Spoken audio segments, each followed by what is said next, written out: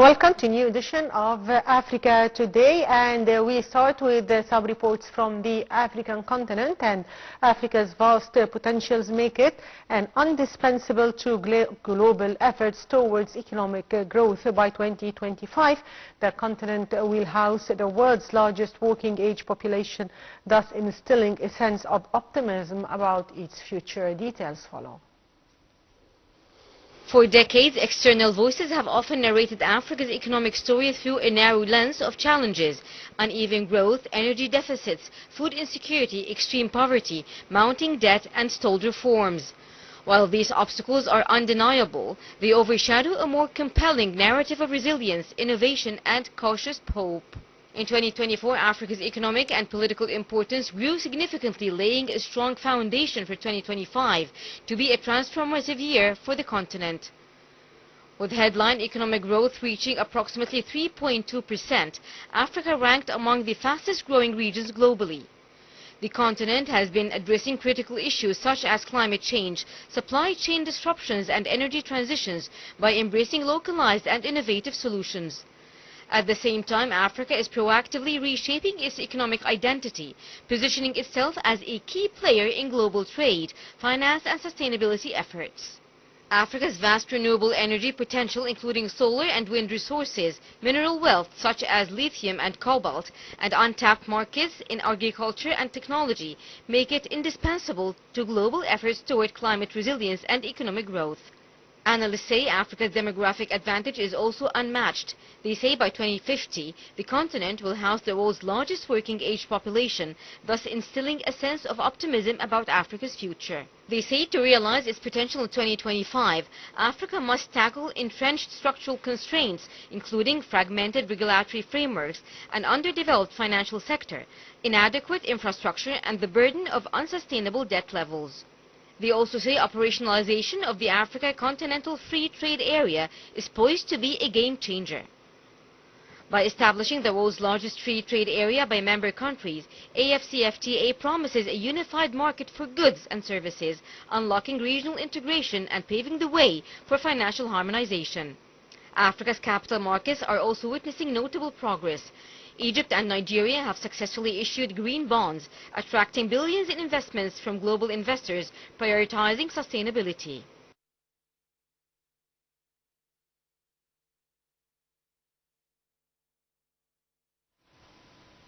Now we are joined over the phone by Ambassador Gamal Bayoumi, former Assistant Foreign Minister. Good afternoon, Mr. Ambassador. Good afternoon. How are you? Good, sir. So for decades, Africa's economic story has been narrated through a lens of challenges. That is to say, uneven growth, energy deficits, food insecurity, extreme poverty, mounting debt, and stalled reforms. How do you see reasons for this image? Africa is the poorest continent in the whole world. It's well known. Although it is not poor at all. It has a lot of production, but it is always dominated by foreign countries and foreign companies. So I tried myself to buy African wood. They said, we cannot sell you directly. You have to buy the African wood in any capital in Europe, which are dominating this sort of production. Try anything, and they have a lot of food, but they do not have the food industry or canned food industry. And when I imported some Egyptian canned food, and I made some presents to some officials, the Prime Minister of the country I was there, he phoned me saying, I am not thanking you. I congratulate you that you have such an industry. Come and teach us to invest in our own country and produce. So this is the situation. But recently, and thanks to the Egyptian efforts and the conferences in Sharm el-Sheikh, our president issued a new initiative that we are calling on the developed countries in order to invest in Africa with the Egyptian experience, which is very well known, and it's not expensive. So we got a positive reaction from China, from Japan, and we hope that the European Union will continue, will join us. Africa now is trying to present itself not as a recipient continent or countries, but as a partner. And as you said in your report, that now we are combining all the main free trade areas of Africa in one big free trade area. It will be the biggest in the world concerning the number of population. The Africa free trade area, 1,200 million inhabitants. This is a great opportunity for those who are serious in investment and establishing fair relations with other countries. And I hope this will make the situation a little bit better, and we shall continue this effort. So, Mr. Ambassador, how do you explain Africa's economic and political, how Africa's economic and political importance grew in 2024 with the growth rate reaching around 3.2%? It's not good at all. It's not good at all, but it is getting better. Let us say that we started a long process in order to change the situation. Africa is suffering from many things, and we now, as African partners and with the leadership of Egypt, Nigeria, and South Africa, the largest economies in the continent, we try to change this. And as I said, we have some positive reaction from donor countries and developed countries. And this is a very long process. Don't imagine that we shall have immediate results, but it takes time until we change the situation. So, sir, what factors are now contributing to Africa's positioning of itself as a key player in sustainability efforts? Of course, with the development with the whole world, transport is much better than before.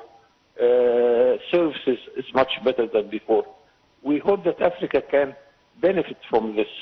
But still we have in Africa, the system itself is at a huge bureaucracy, a lack of banking system according to the international level. The ports in Africa are still small and they cannot receive mammoth ships. The maximum ship you can send to Africa is 40,000 tons, while the normal now is 500,000 tons making transport ships.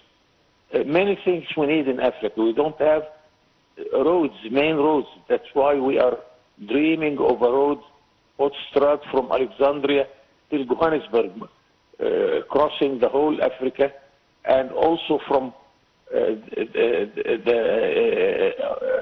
west of Africa to the east of Africa. We are dreaming of roads like that in order to make the distances much better. And this will take some time and a huge investment to be put in this project. So, Mr. Ambassador, what factors are now contributing to Africa's positioning of itself as a key player in sustainability efforts? The key player is the Africans themselves, because if we do not recognize what do we need and make a huge effort to change the situation, we are nowhere. So we are convincing many African countries to stop the civil war.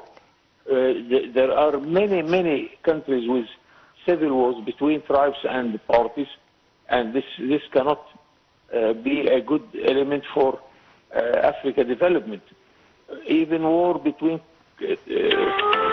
countries, between different countries are in a state of war there, and we are trying to change this.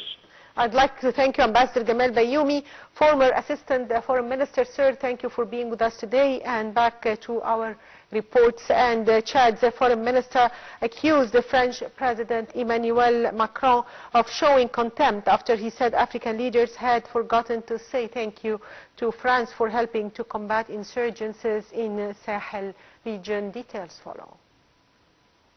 Chad's Foreign Minister Abdurrahman Kolamala said in a statement read on to state television that the government of the Republic of Chad expresses its deep concern following the remarks made recently by the President of the French Republic Emmanuel Macron, which reflect a contemptuous attitude towards Africa and Africans.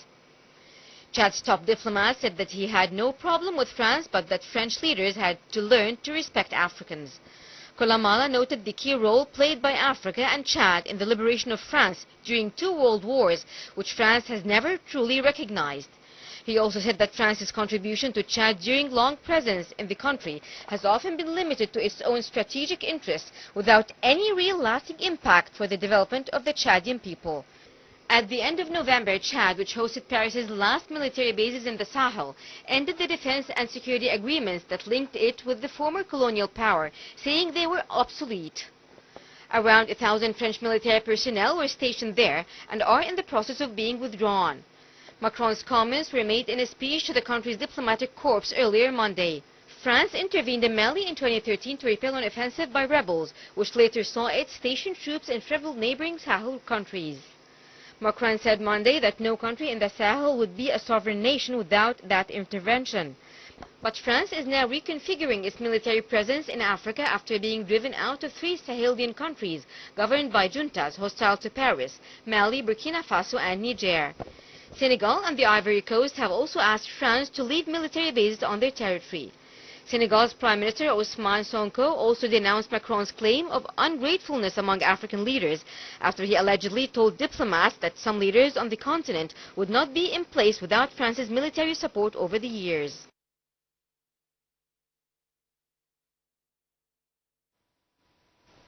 And Sudan has lifted a near 1-year force majeure on the transportation of crude oil from its neighbor South Sudan to a port on the Red Sea after security conditions improved. The details follow.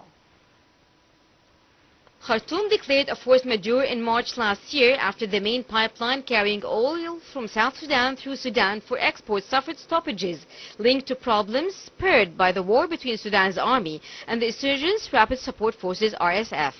In a letter by Sudan's Ministry of Energy and Petroleum dated January 4 to South Sudan's Energy Minister, Khartoum said it was lifting the force majeure based on new security arrangements it had reached while Juba and Bapco, the Sudanese company that runs the pipeline, to ensure safe flow of oil.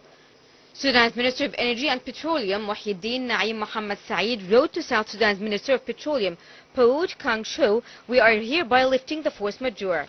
An official from Sudan's Energy Ministry confirmed the letter was authentic.